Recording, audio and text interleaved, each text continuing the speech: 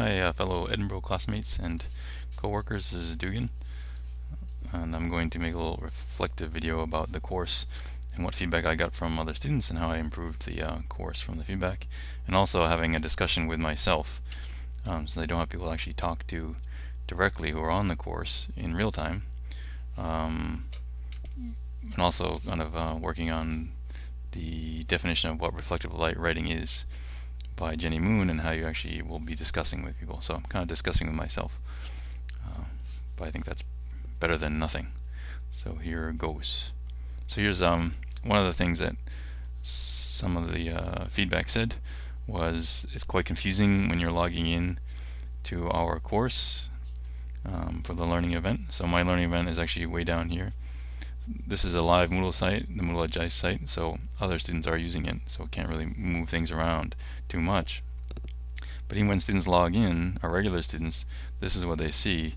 They either have to go to My Courses, navigate through there, or actually know which course they were on to then go to the correct course.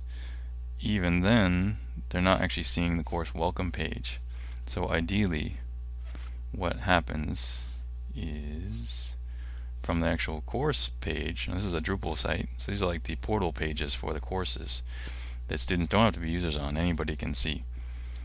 So what I thought of, and I think is better, is here we've got all the information about a course, right? The students might see and be interested in screenshots, syllabi and stuff, what happens with the course. But actually down here somewhere there'll be a link to the actual Moodle login, which isn't a login link, it's actually a link to the course welcome page inside the course.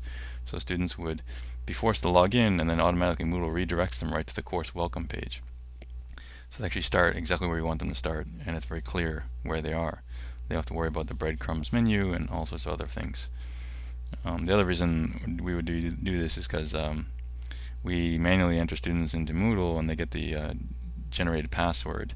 So it's hard to customize course welcomes in the email settings in Moodle when students are added to Moodle.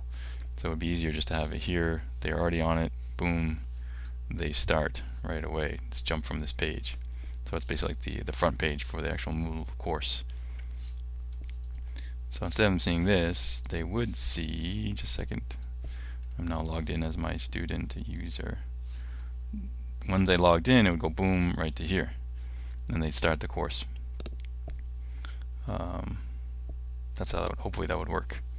And then as they work through the course, they'll actually learn more about the Moodle and how the menus work with the breadcrumbs and how to actually navigate and stuff.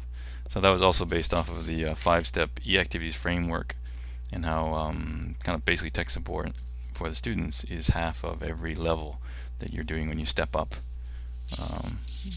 one of the 5 stages. So the access and motivation stage being that setting up the system, accessing, you have to be warm and encouraging, and you also have to give students the ability to figure out how to use the system. The learning system. So they hear and they go in. So it's really clear, hopefully, right? This is what the students have to do. This is how they're going to figure out what they're doing. This is the module actual Moodle that I added. It's one of the top downloaded modules, the progress bar. It's pretty good. You can customize it to display what students need to do to progress through the course. So you can actually tailor this to just show what students need to do, and which can be different from the actual completion settings for the completing the course. So that's what I've done.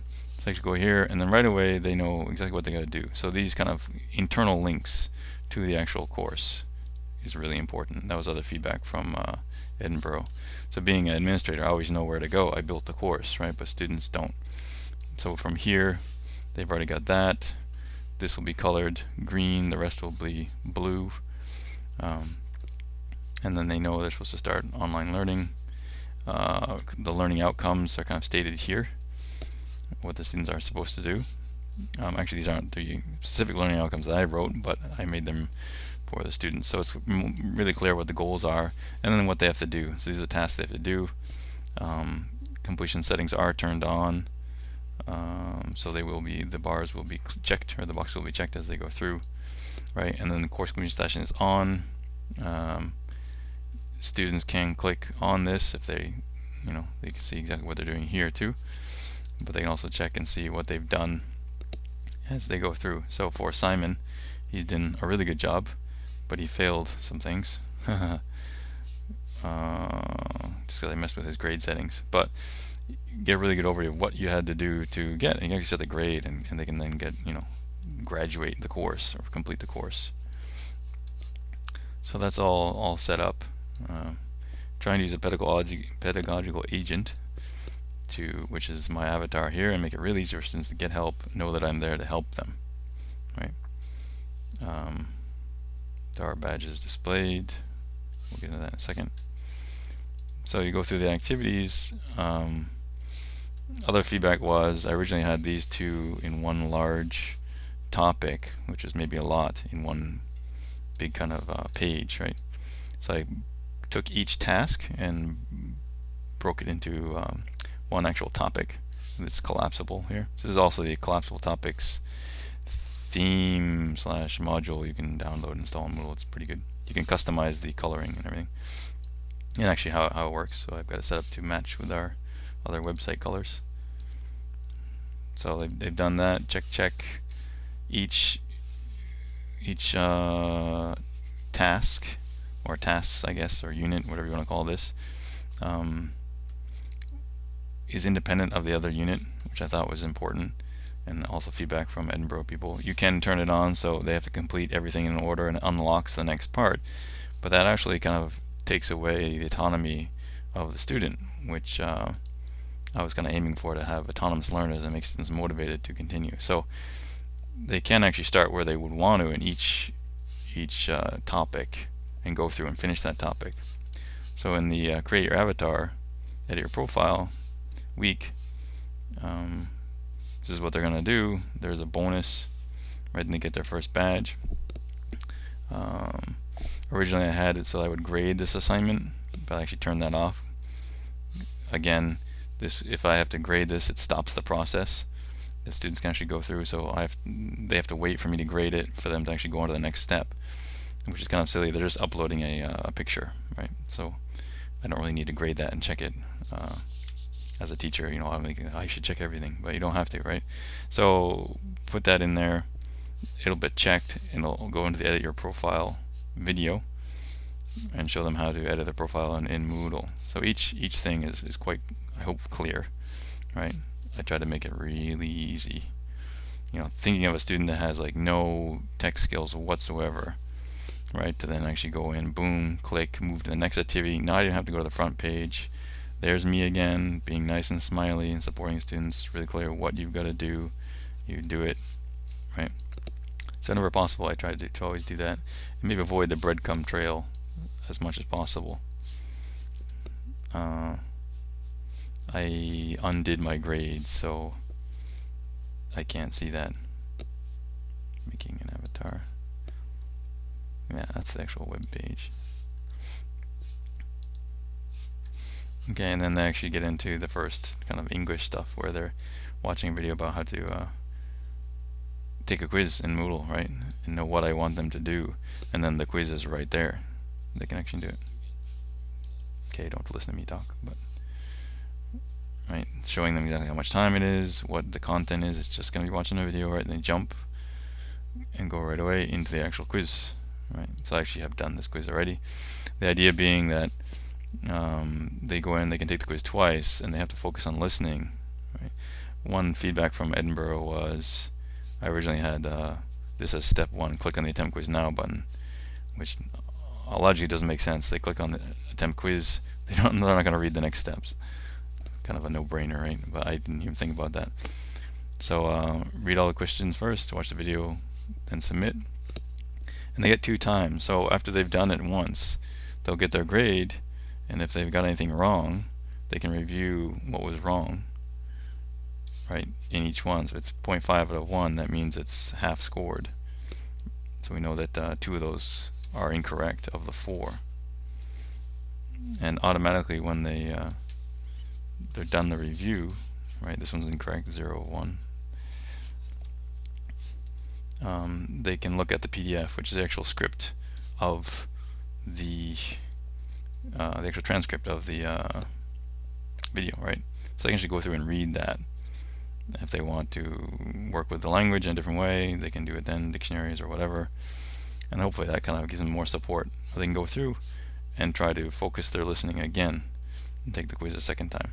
And now it's available here too. This automatically pops up after they've attempted the quiz once. But it's also inside the quiz too. And then they've done all that, they'll do the actual introduction of themselves. Right. And originally I thought I would grade this or do something, but I didn't want to do that. I just want them to actually create the community and introduce themselves. So I left it pretty free, easy task, right? Only 100 words. And they've got some support because they saw how people introduce themselves in the video. So they know that to hit 100 words in these topics. I will read the students' English, obviously, and then use that to look at other errors later on. That'll recycle back into lessons and things, or teaching points, or however you want to structure the course. So that was the whole thing. Right, once they finished, all online tasks, they get the badge, which is tied to completion settings, right? And basically the only thing that you control as admin is this description. So I thought making the description really nice and kind of academic sounding, and then the rest is auto-generated by Moodle. So this is what you had to do, all that other stuff. So as a teacher, you want to make that nice and specific, probably. I'll redo that. I did like in one Edinburgh, another different course, they had the actual badges that you can get. Oops. For a course, so students going in knew what they were going to, what badges they could try and get. So I think again that would be better to be on a specific front page. So over here, back in the Drupal, we're going to make a badge page, or even include the badges in this course description, right? So students know what level of badges they'll get and what the badges equal, so they can know what they're shooting for. And we use this kind of very kind of task-based system that they can use to learn. Okay. So I hope that makes it easy for students to use and comprehend and complete. It's very clear what they're required to do. That was a lot of work, especially with tying this in and just redoing and creating the content and all that stuff. So it's good, but man, it's a lot of work. Anyway, it should go once you set the templates like this that I figured it out, it should be pretty easy to do, I think. Okay, originally some caveats I wanted a better theme. I wanted more gamified options with Moodle. So actually the essential theme, which is over here, I don't know if you can't really see it, but it is really nice. It makes things more graphic. It also allows a lot more customization for what Moodle can do. If you were interested, you should check it out. It's very good. Also, Moodle, the latest version of Moodle is 2.7. That is actually really well done. It's going to be longer supported. You can add and do a lot more things. There's more activities. There's more depth to activities. So I really want to upgrade to the latest version. All right, and also add the essential theme and make it quite more gamified and more, pedagogical agent friendly, I guess you'd say. So I'm always going to be there to help the students, even though it's an online course. Okie dokie. I will post this video to YouTube and I'll let you all watch it. Please, if you want, pop in, try out the course. I'm going to post. You do not right. I'll turn off the group settings. Good to log in as a student and always check everything as a student. Point in case. I'll put the video here. I'll also include some papers I found from John Biggs, who is all about constructive alignment. which seems to be exactly what I'm trying to do with this course and as a pedagogy, among other pedagogies, but that's the main one that worked quite well for me. So I'm going to include that and see what you guys think. Hopefully it'll help you all out when you're making your courses. Okay, thanks very much. I'll see you on the net.